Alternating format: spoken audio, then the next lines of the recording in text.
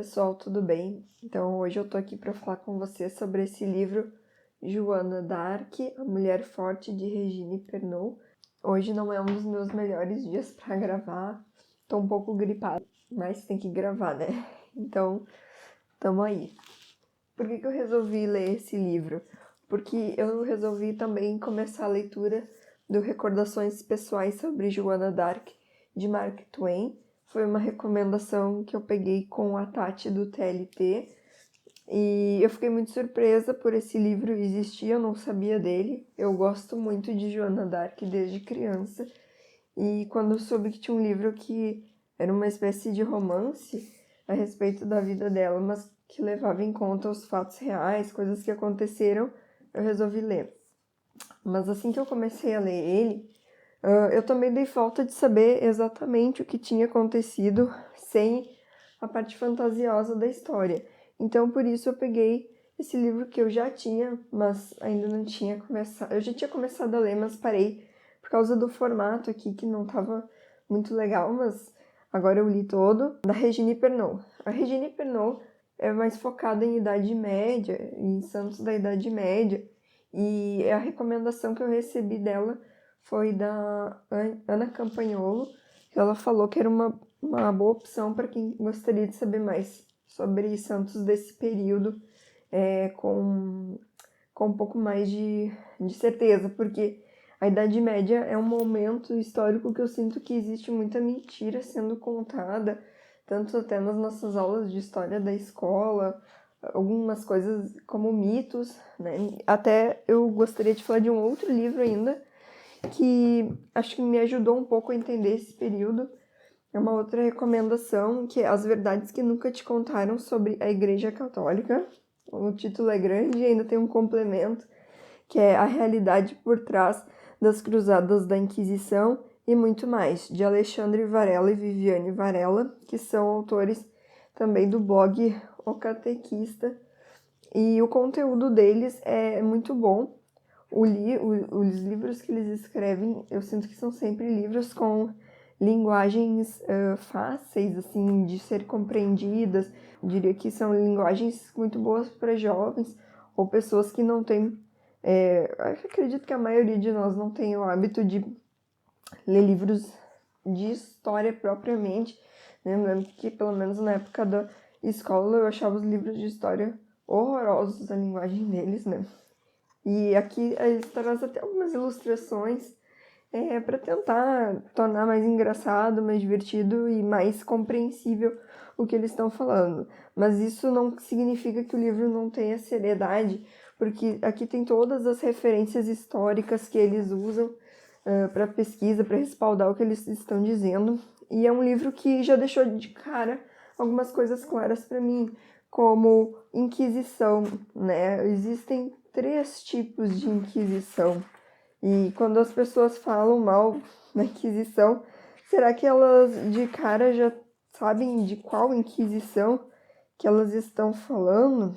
Então existe assim a Inquisição medieval, a Inquisição espanhola e a Inquisição romana, né? Então só isso já diferencia momentos e tipos diferentes, né? Contextualiza historicamente, porque uma coisa que a gente faz muito hoje em dia é julgar um período com base nos nossos valores de hoje. Isso é com certeza uma coisa errada a se fazer.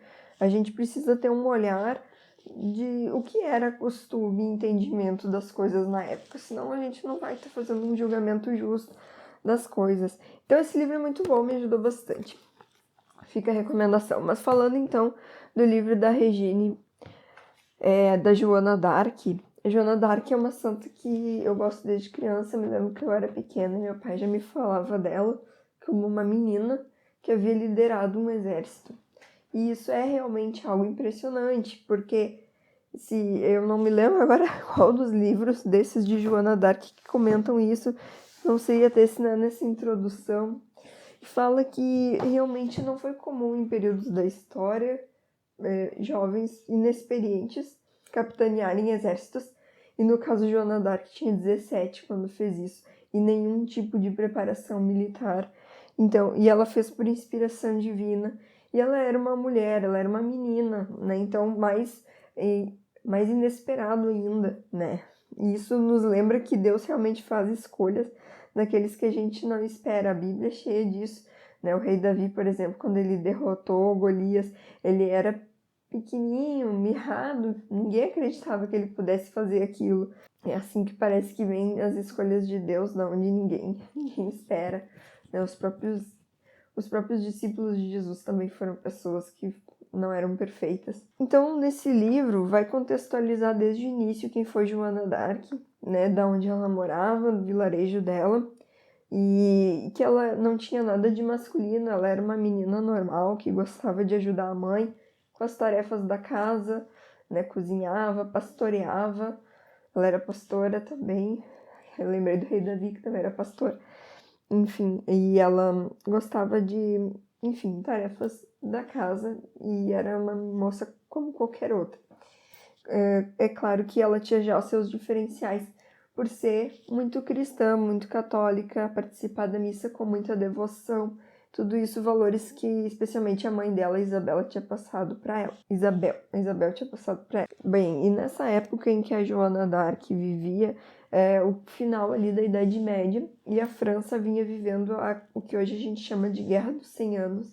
Ela já estava num conflito com a Inglaterra há muito tempo e não estava tendo vantagem. Inclusive, muitos franceses já estavam sendo adeptos dos ingleses, eram chamados de bourguignons, mas na prática não fazia diferença se era um bourguignon, um francês adepto aos ingleses, ou os ingleses, eles eram todos já inimigos daquele que era o francês patriota. A Joana d'Arc, ela era patriota, e certo dia ela estava indo para a igreja e começou a ouvir vozes dizendo que ela deveria lutar. E isso não foi só dela, aqui fala que o pai dela também, o Jacques d'Arc, ele já vinha sonhando que a filha haveria de se juntar a pessoas armadas para lutar. E essa pessoa que fala com ela, ela identifica como São Miguel. Para quem não sabe, São Miguel é aquele arcanjo que lutou contra o demônio, então tá todo relacionado às lutas celestiais. É ele que fala com Joana d'Arc, e posteriormente também ela vai falar com Santa Catarina de Sena e Santa Margarida, que eram santas que ela admirava muito. Inclusive, Santa Catarina de Sena defendeu quem era o verdadeiro Papa numa época em que não se sabia quem era realmente o verdadeiro Papa. Então, essa junção de defesa da igreja, né, ela ouviu justamente de Santa Catarina de Sena os conselhos do que deveria fazer. E ela, então, sentiu que deveria ir para a guerra e liderar o exército francês, e ela vai de atrás disso, obediente às vozes, sem pestanejar, sem pensar se ela não era própria para aquilo ou não. O que me faz também, eu estou fazendo uma leitura da Bíblia, então eu acabo fazendo correlações. Lembro de Moisés, que era gago e não sentia que ele podia ser alguém que podia falar, e Deus escolheu ele. Então, Joana d'Arc, ela deu o sim dela como Nossa Senhora, assim, ela aceitou e não pensou nisso. Eu, despreparada, eu sou uma menina, ela simplesmente aceitou aquele convite que Deus fez para ela. Outro objetivo que Deus deu para ela é que ela recuperasse a coroa do verdadeiro rei, que era Carlos VII, ou Charles, né? Chamado no inglês Charles. Esse rei Carlos era o legítimo rei, mas no momento estava na dúvida de quem deveria ser o rei. Os ingleses gostariam que fosse um rei inglês e que ele tivesse domínio sobre Inglaterra e França, como um rei com duas coroas. Depois eu vou falar um pouco mais sobre isso.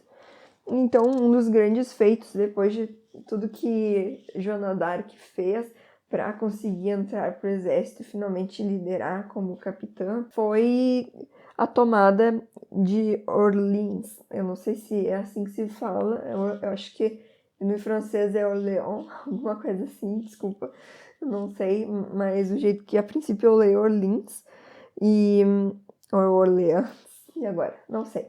Mas ela ficou conhecida como a donzela de Orleans, justamente porque essa cidade, que era importante, porque passava o rio Loire, ali onde se fazia um transporte importante, essa cidade estava tomada por ingleses que rodeavam ela há meses.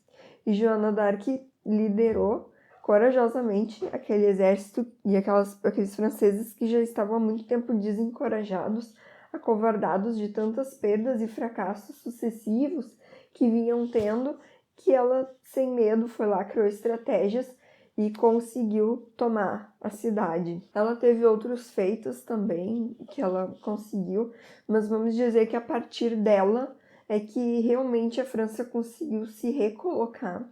Até tem um episódio bem interessante que é narrado, eu sei porque a Tati já falou sobre isso, é narrado nesse livro do Mark Twain e é narrado aqui também pela Regine Pernod. Inclusive, eu vi um filme, eu vou ver se eu vou botar o link aqui para vocês do trailer, que eu gostei muito e acho que ele também é um filme bem baseado nos dados, nas documentações que se tem a respeito de Joana d'Arc.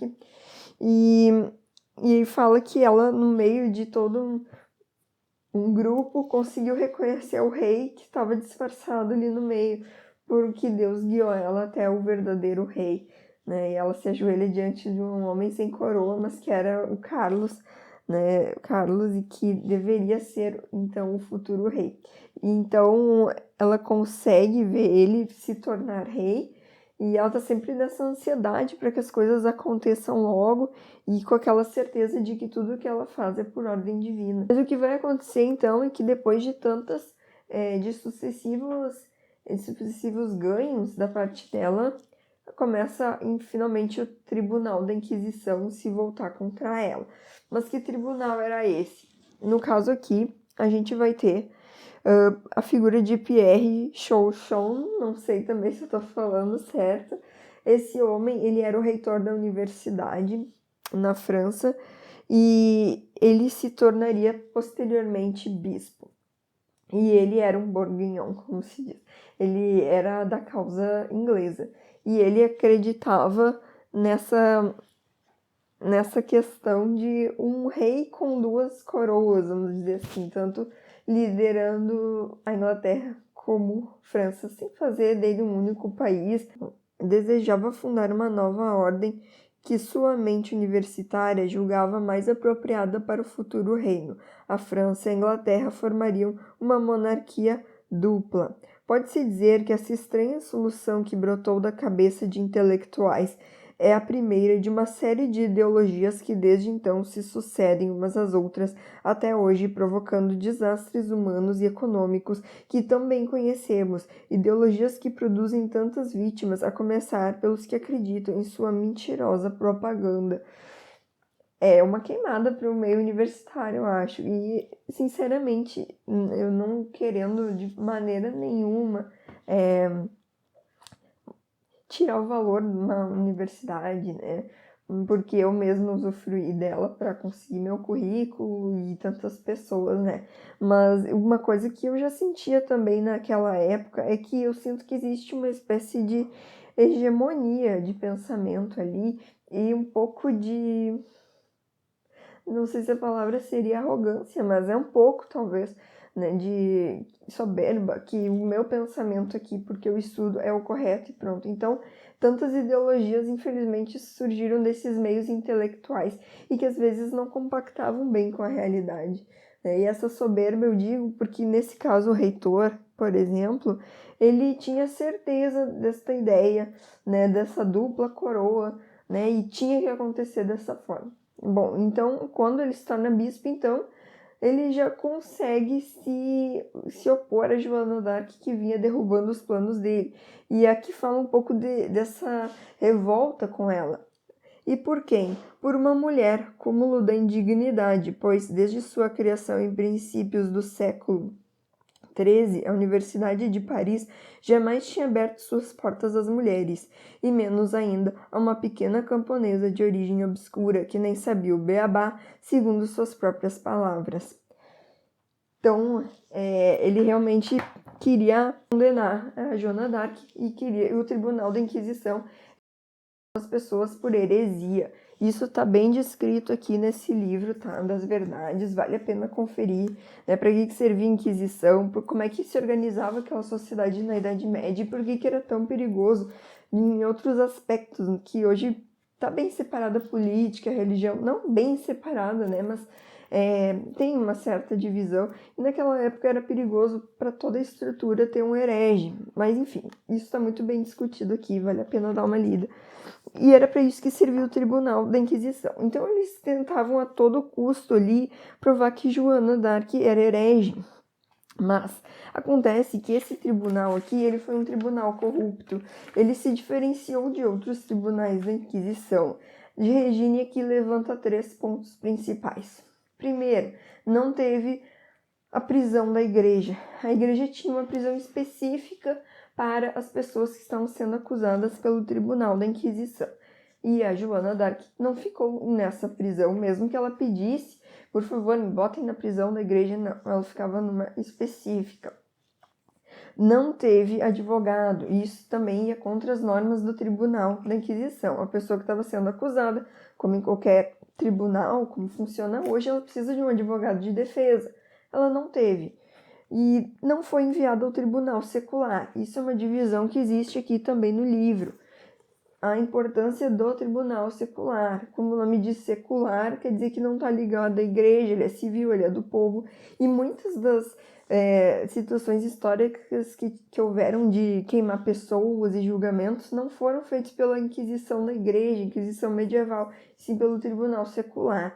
Ele existia também, tinha seu papel. E esse papel foi ignorado aqui na questão de Joana d'Arc, talvez por saber que o povo estivesse com Joana d'Arc, né? Não contra ela, porque afinal de contas ela libertou a França em muitas batalhas contra os ingleses, então não houve esse apoio, não teve esse momento. Então eles usavam todos os tipos de argumentos e questionamentos que tentavam enrolar ela, mas ela sempre muito precisa em suas respostas. E uma coisa que eles se apegaram é o fato de ela usar roupas de homem, né? Que obviamente, no caso dela, era uma defesa pessoal. Imagine ela presa num lugar que só tinha homens, ou num exército que só tinha homens, né? Como complicado seria para ela se ela continuasse sendo tão feminina, né? Então, a armadura, a roupa masculina defendia ela em outros aspectos também, que não só na questão da guerra, mas na questão, né, de ter uma imagem mais resguardada diante dos homens. Mas eles ignoram isso e usam muito esse argumento para mandar ela para uma execução. Então, a Joana d'Arc, acho que nesse ponto da história que nós vivemos, não é spoiler dizer que ela morreu queimada, né, por conta desse tribunal injusto. E uma pessoa que era condenada por heresia, ela não poderia comungar, mas para ver como ele não estava focado nisso, esse homem que conduziu, né, o Pierre, que conduziu o tribunal dela, não estava focado se ela era herege ou não, só queria se livrar dela por uma questão política e estratégica. Ele não se importou que ela comungasse, mas um herege não poderia comungar, por estar num pecado mortal, enfim.